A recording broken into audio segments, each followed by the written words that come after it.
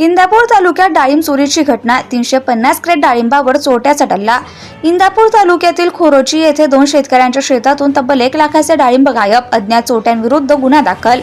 इंदापूर तालुक्यातील खोरोची येथे 2 शेतकऱ्यांच्या शेतातून तब्बल 1 लाख रुपये किमतीचे डाळिंब अज्ञात चोरट्यांनी लंपास केल्याची धक्कादायक घटना समोर आली आहे. या प्रकरणी इंदापूर पोलीस ठाण्यात अज्ञात आरोपीविरुद्ध गुन्हा दाखल करण्यात आलाय. शेतकरी विठ्ठल तुकाराम चव्हाण यांच्या शेतातून 250 क्रेट तर शेजारील शेतकरी मोहन हनुमंत बोराडे यांच्या शेतातून 100 क्रेट डाळिंबाची चोरी झाली असून एकूण 1 लाख रुपयांहून अधिक मालाची चोरी झाली आहे. पोलीस निरीक्षक विलास नाळे यांच्या मार्गदर्शनाखाली हवालदार गोसावी या प्रकरणाचा तपास करत असून परिसरात वाढत्या डाळिंब चोरीच्या घटनांमुळे शेतकरी वर्गात मोठी चिंता व्यक्त केली जाते. पोलिसांनी चोरट्यांचा बंदोबस्त करावा अशी मागणी शेतकऱ्यांकडून केली जाते. Subscribe now and press the bell icon. Never miss an update.